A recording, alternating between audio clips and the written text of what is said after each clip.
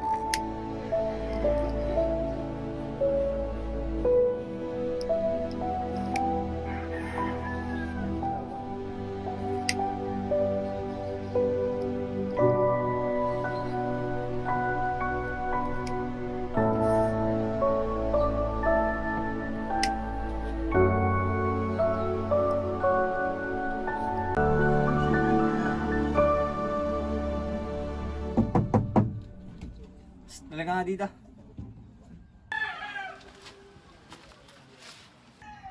Eto, i-deliver mo to dun sa pinagdala mo nung nakaraan, dun sa may kanto.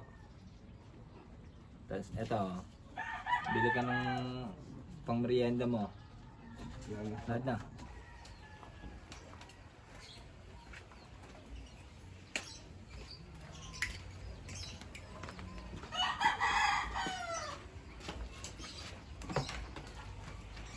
Siguraduhin mo lang malaki kikitain mo dyan, ha? Hindi ko ba nang mas malaki pa kinikita ko sa'yo?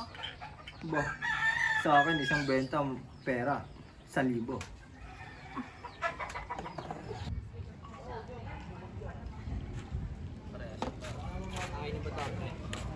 Hoy, Nanda. Papasok. Anong papasok? Wala kang mapuputunayan, papasok ka. Ito, di ba yung nakaraan ito sa kanto? Ito mo dito. Tapos eto, bumili ka na lang ng palamig dyan.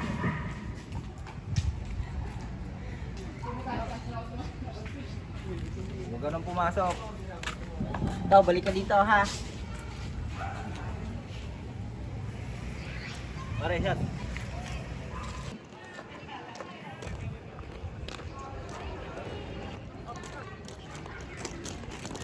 Buddy, tara, pasok na tayo, buddy.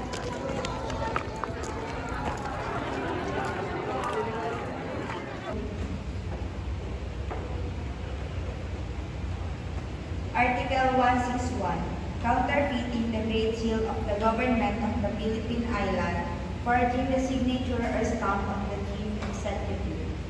Crime for the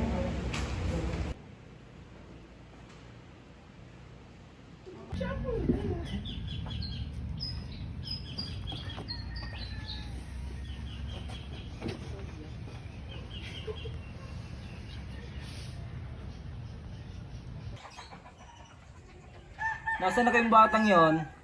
May papadeliver ka eh, putang ini. Una nga lang.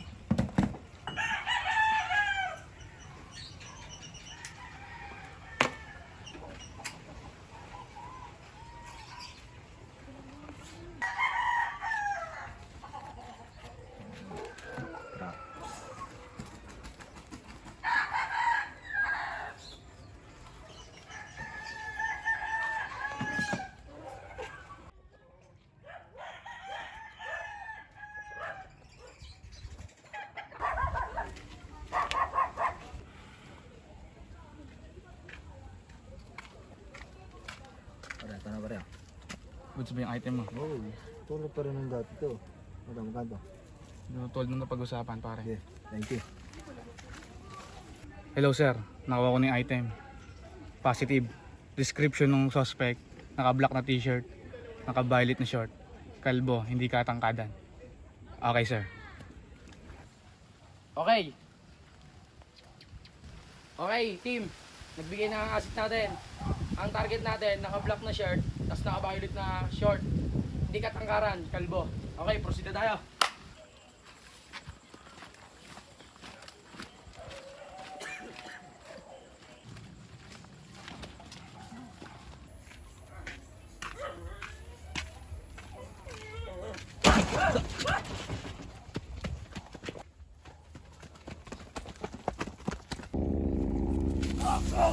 Tangina mo ha! Tatakas ka ba?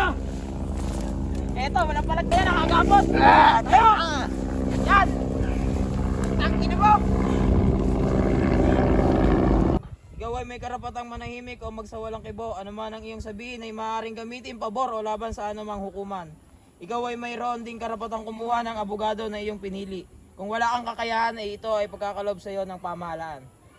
Naunawaan mo ba ito? Sir.